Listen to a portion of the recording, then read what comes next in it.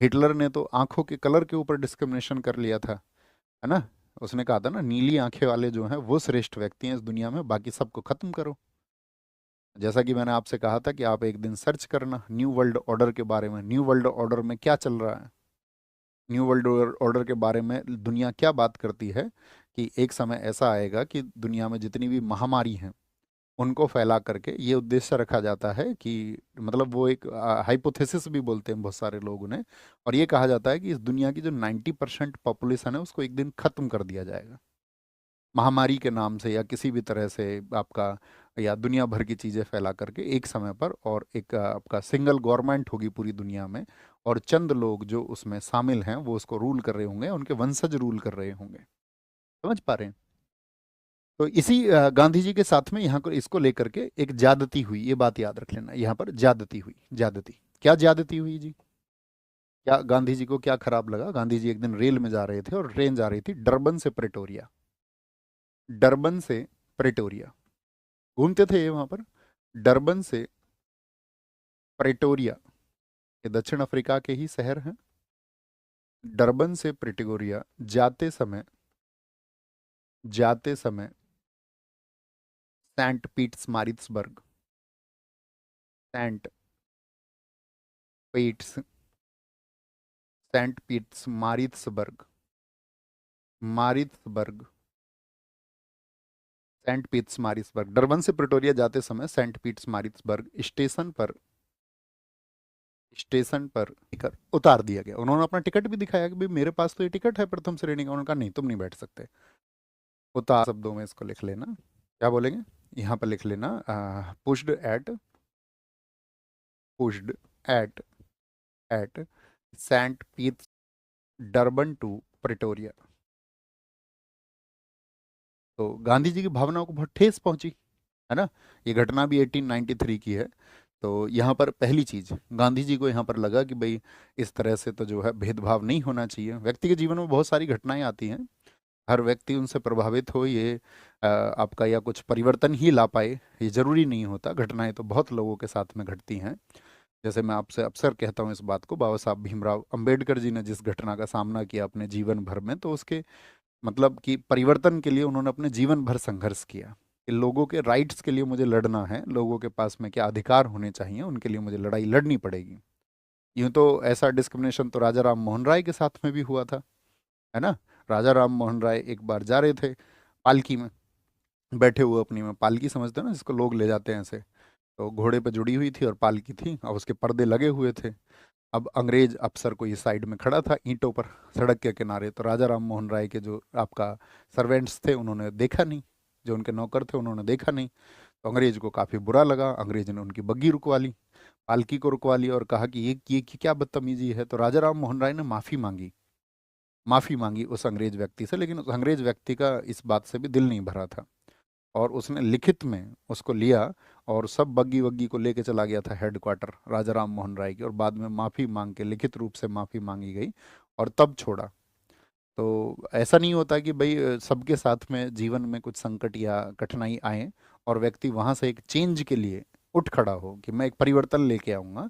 इसके लिए बहुत, अगर मैं कहूँ तो एक विशाल हृदय चाहिए कि भाई स्वयं के लिए ना सोच करके एक समाज के लिए सोचना, एक समाज के लिए। यूँ तो राजा राम मोहन राय ने जो कार्य किए वो बहुत विशेष कार्य, आप जानते हो उन्होंने और क्षेत्रों में कार्य किए।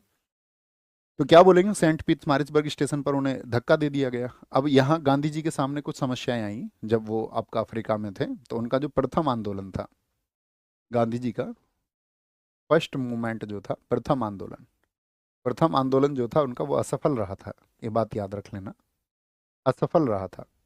कहाँ था ये? आपका अफ्रीका में, अफ्रीका में, अफ्रीका में। और क्या मैटर क्या था यहाँ पर? क्या हुआ था, जो 250 भारतीय थे इस क्षेत्र में अफ्रीका में, 250 भारतीयों का मताधिकार समाप्त कर दिया गया था। मताधिकार, मताधिकार समाप्त, यानी कि उनका जो सफरेज था, सफरेज समझते हैं ना, वोट डालने का अधिकार, इसको हम बोलते हैं मताधिकार। तो जब उनका मताधिकार उनसे छीन लिया गया, तो गांधी जी उसने उनके खिलाफ में आपका आंदोलन किया कि भाई ऐसे व्यक्तियों के मताधिकार आप कैसे छीन सकते हैं, ठीक है, सिर्फ भारतीय होने के आधार पर। तो उन्होंने उसके लिए संघर्ष किया, लेकिन क्या बोलेंगे, उनका जो संघर्ष है वो सफल नहीं हुआ। लेकिन हाँ, गांधी जी की एक इमेज क्रिएट हुई लोगों के बीच में कि हाँ ये किसी गलत चीज के लिए, गलत एक्शन के लिए ये आवाज उठाने वाले लोग हैं, आवाज उठाने वाले लोग हैं, है ना। तो गांधी जी को यहाँ पर थोड़ी सी पॉपुलैरिटी मिली थी, इसका फायदा ये हुआ। ओके। फिर गांधी जी ने देखा कि भी समस्याएं बहुत हैं यहाँ पर, भारतीयों के साथ में भी रंग भेद जैसी समस्याएं हैं, और भी बहुत सारी समस्याएं हैं, शिक्षा की समस्या आदि, सेटलमेंट की सुरक्षा आदि। तो 1894 में नटाल कांग्रेस की स्थापना की, नटाल कांग्रेस की स्थापना की।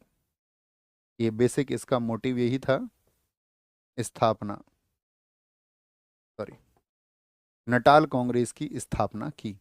किसके लिए? नस्ल भेद को खत्म करने के लिए, नस्ल भेद खत्म करने के लिए, करने के लिए। ठीक है। तो क्या बोलेंगे? ही इस्टैब्लिश नटाल कांग्रेस, इसको तो लिख लेंगे, इन 1894। और इसी नटाल कांग्रेस की वजह से ही गांधी जी का एक आंदोलन था, गिरमिटिया आंदोलन, जो सफल हुआ। गिरमिटिया आंदोलन, है ना। ये नटाल कांग्रेस उससे जुड़ी रही अफ्रीका में। तो यहाँ पर किनारे पर हम समझाते हैं आपको गिरमिटिया आंदोलन। ये गिरमिटिया आंदोलन क्या था? गिरमिटिया, गिरमिटिया आंदोलन कहें या गिरमिटिया प्रथा आप इसको कह सकते हैं। गिरमिटिया मजदूर होते थे, मजदूर आंदोलन। कहाँ पर हुआ था ये आपका? ये हुआ था आपका साउथ अफ्रीका में, साउथ अफ्रीका में। इसको पहले समझो थोड़ा सा, गिरमिटिया क्या है।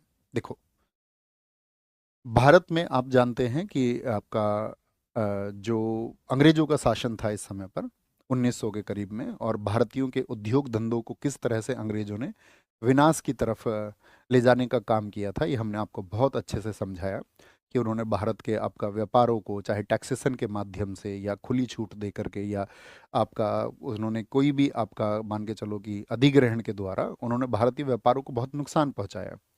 और जब भारत में व्यापार आपका या मजदूरों के आपका जब उद्योग बंद हो गए, तो उन सब के अंदर जो है आपके रोजगार के लिए एक तड़प उठी कि भाई कहीं भी हमको व्यापार मिले, या कहीं भी हमको कम से कम एटलीस्ट काम मिले। तो ये क्या करते थे, साउथ अफ्रीका, बहुत सारे यहाँ पर जो है भारत के लोगों को साउथ अफ्रीका ले जाया जाता था ऐसी स्थितियों में। साउथ अफ्रीका ने फायदा उठाया कि यहाँ भारत में जो है मजदूर सस्ते मिल जाएंगे। अब उन मजदूरों से क्या होता था कि भाई एक आपका बॉन्ड साइन करा लिया जाता था कि भाई आपका ये इतने समय का बॉन्ड है, और इतने समय के बॉन्ड में आपको काम करना होगा, और मानवीय यातनाएं दी जाती थी। मतलब कि बहुत कम पैसा दिया जाता था और काम बहुत ज़्यादा कराया जाता था उन व्यक्तियों से। तो वो जो बॉन्ड उनसे साइन कराया जाता था, उस बॉन्ड को बोलते थे गिरमिट। उस बॉन्ड को क्या बोला जाता था? मतलब कि उनके बीच में, दोनों के बीच में, मजदूरों के और उन कंपनियों के बीच में करार होता था, जिसको हम बोलते हैं गिरमिट। समझ में आया गिरमिट क्या है? तो इसीलिए से नाम पड़ा गिरमिटिया मजदूर आंदोलन। अब उनको तो क्या हो गया, आपका साउथ अफ्रीका भी ले गए, और साउथ अफ्रीका में फिर उन मजदूरों के ऊपर टैक्स भी लगा दिया। काम बहुत ज्यादा कराएंगे, वेतन कम देंगे, और एक एनुअल टैक्स भी लगा दिया उनके ऊपर, 3 पाउंड एनुअली का, 3 पाउंड वार्षिक का एक टैक्स उनके ऊपर थोप दिया गया। हालांकि उसके लिए फिर उस टैक्स को हटाया गया 1909 में। तो ये सब कार्य जो हुए, ये अफ्रीका में गांधी जी की पहल की वजह से हुए। उस गिरमिटिया के लिए भारत में भी बहुत जगह, फिजी देश में भी जाते थे, फिजी देश, जो फिजी देश है ना, वहां पर भी गिरमिट मजदूर जाते थे। तो दुनिया में जहां कहीं भी वो गिरमिट प्रथा थी, उसके खिलाफ आवाज उठाई, और 1917 में वो गिरमिट प्रथा जो है खत्म हुई थी। ये कहीं किनारे पर आप लिखिए अपनी कॉपी पे, गिरमिट प्रथा 1917 में समाप्त हुई। और थम्स अप करके मुझ तक अपनी भावनाएं भेजिए कि समझ गए गिरमिटिया मजदूर आंदोलन क्या था। तो वो नटाल कांग्रेस के द्वारा ही, कि भाई ये तो नस्ल भेद हुआ ना। आप अब अंतर कर रहे हैं कि भारतीयों की स्थिति आज ऐसी है, तो उसका फायदा उठाने के लिए आप, या उनका शोषण आप जो कर रहे हैं कि उन पर टैक्सेशन भी, ज़्यादा काम भी, तो ये तो सही चीज़ नहीं है। और इसके लिए गांधी जी ने आवाज़ें उठाई थी। बजे समझ गए भैया? गुयाना में भी, हाँ, बहुत सारे देशों में था, बहुत सारे देशों में। Very good, very good. बहुत अच्छे से आप समझ पाते हैं, इसके लिए थैंक यू। अच्छा, इसी समय पर एक घटना हुई आपका बोर युद्ध, उसको लिखना, बोअर वॉर कहते हैं उसको, बोअर वॉर। बोअर वॉर क्या था? बोअर वॉर चला आपका 1899 से लेकर के 1902 तक, 1902। ये कहाँ पर चला? ये चला साउथ अफ्रीका में, साउथ अफ्रीका। इसमें बस छोटी सी चीज़ आपको समझनी है, और ज़्यादा समझने की ज़रूरत नहीं है। दरअसल में जैसे आप जानते हो, भारत में उपनिवेश बनाने के लिए बहुत सारी व्यापारिक शक्तियाँ आईं। तो सबसे पहले कौन आए थे? सबसे पहले आप कहेंगे पुर्तगाली आए भारत में। जानते हो ना इस बात को, वास्को डी गामा सबसे पहले आया। ऐसे ही वो जो दुनिया के व्यापारी थे, वो दुनिया में कहीं ना कहीं अपने उपनिवेश बनाने के लिए जगह ढूंढते रहते थे। तो जब उनके जगह ढूंढने के ऐसे ही प्रोसेस में जो डच लोग थे, जो हॉलैंड या हम कहें नीदरलैंड के निवासी थे, तो उन डच लोगों ने साउथ अफ्रीका में भी प्रयास किए, और साउथ अफ्रीका में डच लोग पहले पहुंच गए। ठीक है, जैसे भारत में पुर्तगाली पहुंचे, तो यहाँ पर दो उपनिवेश थे। क्या बोलोगे? साउथ अफ्रीका में दो उपनिवेश। उपनिवेश आप समझते हैं ना, वहाँ के संसाधनों से अपने हितों की पूर्ति करने के लिए दो उपनिवेश यहाँ पर सबसे पहले पहुंचे, डच। डच। और दूसरे बाद में इन डचों से संघर्ष करके वहां पर, जैसे कि अंग्रेज भारत में भी एंटर कर गए थे, यहाँ साउथ अफ्रीका में भी अंग्रेज पहुंचे। जो डच लोग हैं, डच लोग जहां पर रहते थे उसको बोलते थे orange free state. Orange free state. Dutch कहां पर थे? ऑरेंज फ्री स्टेट में। और अंग्रेज जहां पर थे उसको बोलते थे नटाल। और गांधी जी भी किस जगह हैं बताइए जरा? नटाल, जिसको कैप कॉलोनी भी कहा जाता था, कैप कॉलोनी। Cap colony. अब आप समझ पाएंगे। तो दो शक्तियां हुई अफ्रीका में, एक डच और एक अंग्रेज। अंग्रेज कैसे? अंग्रेजों ने संघर्ष किया, डच पहले पहुंच गए थे, तो अंग्रेजों ने वहां पर नटाल जो जगह है उसको कैप्चर कर लिया। थोड़े समय के बाद में क्या होता है, सब अपना ये व्यापार कर रहे थे नटाल क्षेत्र से, वो ऑरेंज फ्री स्टेट, जगह का नाम था Transvaal. Transvaal. Transvaal south Africa में। थोड़े समय के बाद में क्या होता है, आपको जानते होंगे अफ्रीका को हीरे की खानों के लिए जाना जाता है। थोड़े समय के बाद में ही ट्रांसवाल क्षेत्र में क्या हुआ, सोने और हीरे की खान मिलनी शुरू हो गई। माइंस, गोल्ड की माइंस, आपका डायमंड की माइंस मिलनी शुरू हो गई। अब वो क्षेत्र किसका है? तो आप कहेंगे ट्रांसवाल में मिली, यानी उस पर आपका जो अभी व्यापार कर रहे हैं, तो वहां पर तो आपका जो अधिकार क्षेत्र है या वहां पर जो आपका व्यापार कर रहे हैं वो डच लोग हैं। अंग्रेज, आप जानते हैं अंग्रेजों की मंशा कैसी थी। ठीक है, उनको दोहन की मंशा थी उनका, कि भाई कैसी भी तरीके से किसको कैसे चीज़ों को हड़पा जाए। डलहौजी की जो पॉलिसी है वही संपूर्ण अंग्रेजों की पॉलिसी है भारतवर्ष के लिए, दुनिया में किसी भी कोने के लिए। तो उसने क्या किया, ट्रांसवाल में जैसे ही सोने और हीरे की खाली मिली तो ट्रांसवाल की तरफ अपना पक्ष कर लिया। ट्रांसवाल। तो यहाँ पर कौन आपका लालची है बताओ? डच लालची है कि अंग्रेज लालची हैं? तो आप कहोगे अंग्रेज लालची हैं यहाँ पर। लेकिन गांधी जी किस क्षेत्र में रह रहे थे? नटाल में। और गांधी जी वहां पर कुछ परिवर्तनों की मांग कर रहे थे, क्योंकि अंग्रेज अब पावर बन चुके थे नटाल में, और उनकी शक्ति, उनकी कंपनी वहां पर बनने लग गई थी, और वो वहां के प्रशासन में भी भागीदारी लेने लग गए थे। तो गांधी जी नटाल में कुछ चेंज के लिए मांग कर रहे हैं, नस्ल भेद को खत्म करने के लिए। तो वहां पर प्रभाव किसका? नटाल क्षेत्र में अंग्रेजों का। तो यदि आप किसी क्षेत्र में जो आपका प्रभावी लोग हैं, प्रभावशाली लोग हैं, तो उनके खिलाफ यदि आप जाकर के कुछ चेंज तो ला नहीं सकते, फिर वो आपकी हेल्प नहीं करेंगे। तो गांधी जी ने यहाँ पर आपका किसके पक्ष में होने का निर्णय लिया? इस संघर्ष में गांधी जी अंग्रेजों के साथ हो गए। और गांधी जी ने यहाँ पर 1100 लोग इकट्ठे करे, और उनके 39 मुखिया बनाए। 39 मुखिया, 1100 लोगों को बांट करके, कि भाई इन तुम लोगों को डचों के साथ में संघर्ष करना है। तो कितने मुखिया बनाए? 39 मुखिया। लिखिए अपनी कॉपी में, गांधी जी ने अंग्रेजों के समर्थन का निर्णय लिया, और 1100 लोगों की एक एम्बुलेंस कोर बनाई। 1100 लोगों की एक एम्बुलेंस कोर बनाई, जिसमें 39 मुखिया चुने गए। 39 मुखिया 1100 लोगों के लिए। और फिर इस संघर्ष में जो जीत हुई वो अंग्रेजों की हुई। अब अंग्रेजों की जो जीत हुई इसमें, अंग्रेजों की जब जीत हो जाती है तो अंग्रेज इसमें क्या करते हैं, फिर बोअर पदक बांटते हैं। बोअर पदक। तो कितने मुखिया थे? 39। तो इसीलिए अंग्रेजों ने यहाँ पर 39 बोअर पदक दिए। 39 बोअर पदक। तो समझ गए बोअर युद्ध क्या है। और बोअर युद्ध में विजयी कौन हुए? बोअर युद्ध आपका अफ्रीका में हुआ। डचों और अंग्रेजों के बीच संघर्ष था। गांधी जी ने अंग्रेजों का पक्ष लिया, क्योंकि उनको कुछ डिमांड्स उनसे मनवानी थी भारतीयों के लिए, और यहाँ पर शक्ति भी अंग्रेज ही थे। और डचों को यहाँ से क्या कर दिया गया आपका, क्योंकि देखो गांधी जी इस समय पर भारत से भी तो जुड़े थे, भारत भी वो आते रहते थे।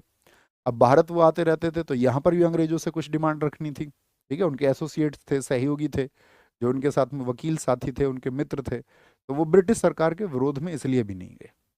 बात समझ गए? बोलेंगे भी फटे सर, अब्दुल्ला का केस गांधी जी जीते कि नहीं? भैया जीते। बोलेंगे भी फटाफट से, सर आपके जीएस सुधा में आसी थ्योरी मिली क्या? क्या कह रहे हैं बच्चों, सही से लिखिए।